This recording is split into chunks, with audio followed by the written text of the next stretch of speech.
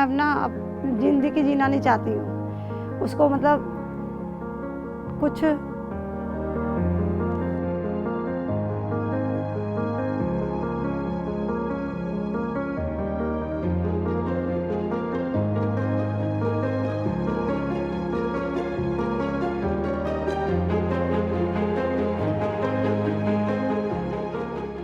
जब मैं 7 साल की तो मतलब हमारे यहाँ पे क्या था कि लगातार मतलब 2 साल बाद डेथ होती चली गई।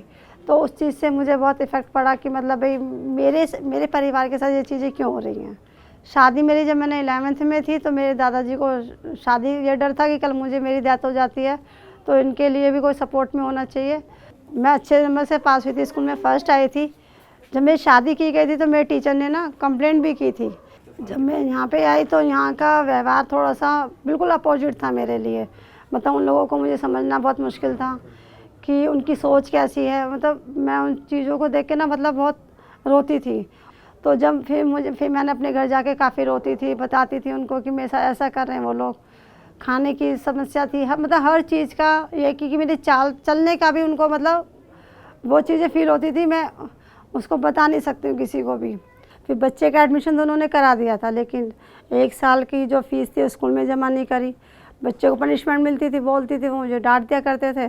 फिर जब इस 2007 में यहाँ प्रोजेक्ट वर्क खुला था तो यहाँ पे एक स्नेहा नाम की लड़की आती थी पार्लर सिखाने के लिए, जिसने मतलब उसको मतलब फ़ील होता था कि मेरे लिए। तो उसने सर से बात करी, फिर वो मुझे लेके आई यहाँ पर। तो उन्होंने एक रखी कि फैमिली में काम कौन करेगा। तो सुबह जब 9 बजे यहाँ आती थी मैं पूरा फैमिली का सब काम, कपड़े, जॉइंट फैमिली के कपड़े वपड़े धो के सारा काम करके फिर मैं सेंटर आती थी पढ़ाने के लिए। यहाँ पे आने के बाद जब सर से बात हो गई उसके बाद जब मुझे लगा कि मैं यहाँ पे आऊँगी, मुझे ज्वाइन का क्रैच का एक मौका मिला, तब मेरे अंदर एक आशा किरण कि मैंने अपनी परिवार के पास आ चुकी हूँ जो मैं खो चुकी थी कहीं पे कभी। देखिए गीता जी हमारे यहाँ पर एक बड़ी ही मल्टी टैलेंटेड टीचर हैं। ऑलमोस्ट बिगिनिंग से ये जो कम्युनिकेशन स्किल है वो बड़ा ही इफ़ेक्टिव है और जो पेरेंट्स के साथ भी बहुत अच्छे से कम्युनिकेट कर पाती हैं और बच्चों के साथ, और बड़ी कमिटेड हैं। कभी नई चीज़ों के लिए कभी मना नहीं करती, नई चीज़ें हमेशा ट्राई करती हैं और अपनी ड्यूटी के लिए तो वो बहुत ही कमिटेड हैं। उस समय तो मुझे ऐसा लगा जैसे मैं अपने मायके में आ गई हूँ, अपनी मतलब फैमिली मेम्बरों के साथ मिल गई हूँ। मेरे माइंड पे ये चीज़ें ख़त्म हो चुकी थी कि मतलब मुझे लगा कि अब मैं अपने बच्चों का फ्यूचर अच्छे से कर सकती हूँ। और मैं स्कूल में गई, अपनी उसकी प्रिंसिपल से बात की कि मैंने कहा नहीं मैम, मुझे ऐसी मैं एनजीओ में काम करती हूँ, मैं अपने बच्चों की फ़ीस टाइम पे करूँगी और मैं अपने बच्चे को कुछ अच्छा करने की कोशिश करूँगी, मतलब बनाने की। उन्होंने बहुत सारे सेक्रीफाइसेस करे, ना ही उनकी प्रोफेशनल लाइफ में बट पर्सनल लाइफ में भी। हमें अच्छी एजुकेशन दी, हमारे घर पे भी उन्होंने मतलब हमें हमेशा सपोर्ट किया है। हमारी मदर ने कभी ऐसा नहीं हुआ कि हमने कुछ चीज़ मांगी हो उन्होंने ना दी हो, और वो हमारे लिए हमेशा खड़ी है और वो हमेशा से ही हमारे लिए हमारा रोल मॉडल रही है।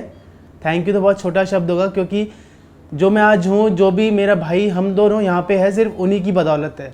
ये मेरी बहू है, बहुत अच्छी है, मेरी सेवा करती है। ये सेंटर पढ़ाने जाती है, यहाँ भी काम करती है, अपने घर भी है, मेरी भी सेवा कर सकते ज़्यादा।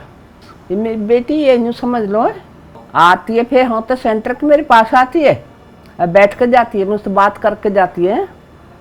यहाँ पे मैंने 1000 बच्चों को मतलब अभी तक पढ़ा चुकी हूँ और अब मैं सेंटर मैनेजर के पोस्ट पे हूँ।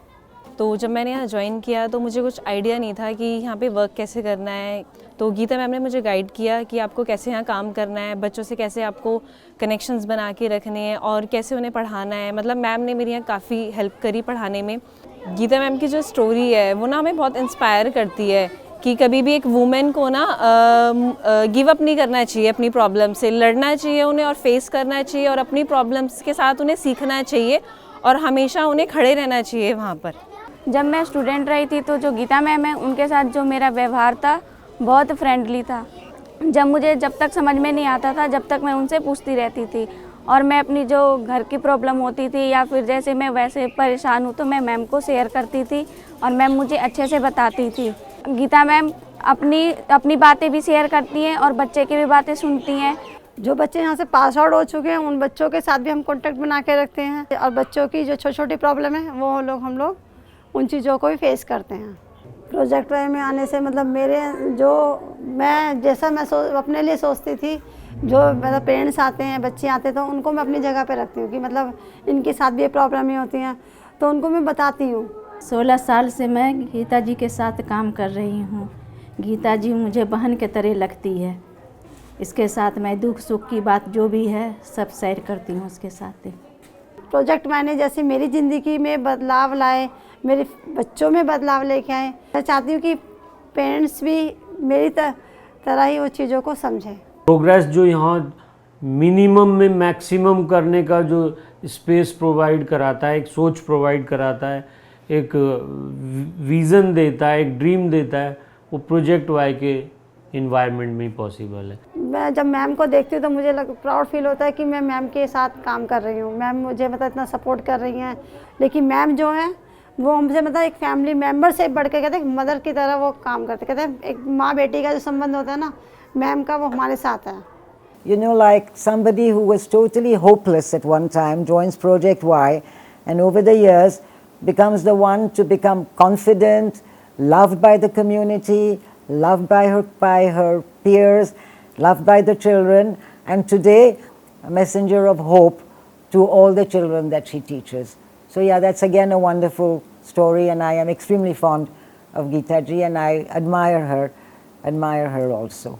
ज़िंदगी कहते ना ख़त्म हो चुकी थी, लेकिन शुरुआत बहुत बेस्ट की मैम ने मेरे लिए, और मैं प्रोजेक्ट वाई को थैंक यू करती हूँ कि उन्होंने मतलब मेरी लाइफ के साथ साथ बहुत लोगों की लाइफ को चेंज किया।